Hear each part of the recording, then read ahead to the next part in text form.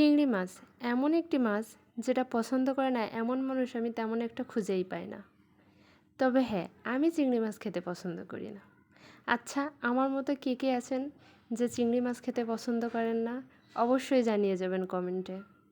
আসসালামু আলাইকুম, আমি লাবণী কিচেন বিডিতে সবাইকে স্বাগতম। যারা যারা আমার ভিডিওগুলো দেখেন তাদেরকে অসংখ্য ধন্যবাদ। আজকে আমি আপনাদের সাথে শেয়ার করব ধুন্দুলতে চিংড়ি মাছের একটা রেসিপি। আর কে কে এটা খেতে পছন্দ করেন অবশ্যই জানাবেন। প্রথমে আমি পেঁয়াজ কুচি দিয়ে দিয়েছি তেলের উপর। পেঁয়াজ কুচিটা আমি খুব ভালো করে একটু নাড়াচাড়া করে নেব।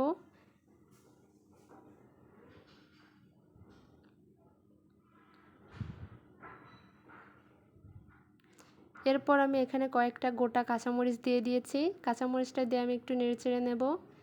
এরপর এখানে আমি একটু আদা রসুন বাটা দেব। এরপর আমি এর মধ্যে একটু গুঁড়ো মশলা অ্যাড করব।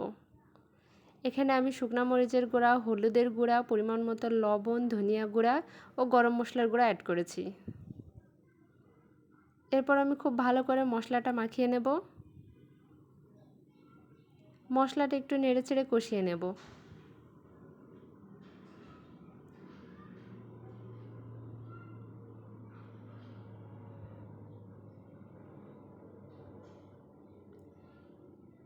এখন আমি চিংড়ি মাছগুলো দিয়ে দেব। যেহেতু আমি চিংড়ি মাছগুলো আগে থেকে ভেজে নিইনি, এর জন্য মশলার সাথে আমি চিংড়ি মাছটা খুব ভালো করে কষিয়ে নেব।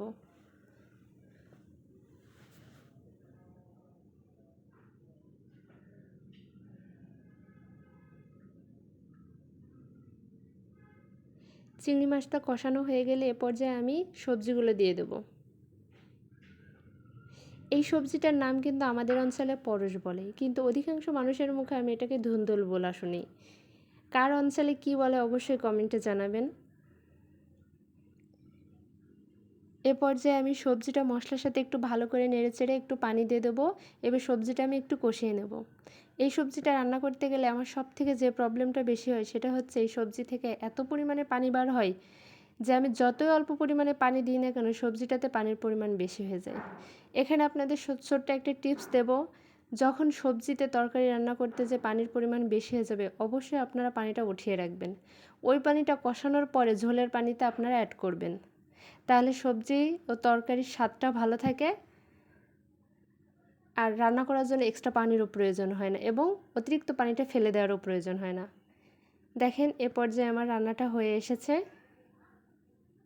অবশ্যই সবাই কমেন্ট করে জানাবেন আমার রান্নাটা কেমন হয়েছে দেখতে।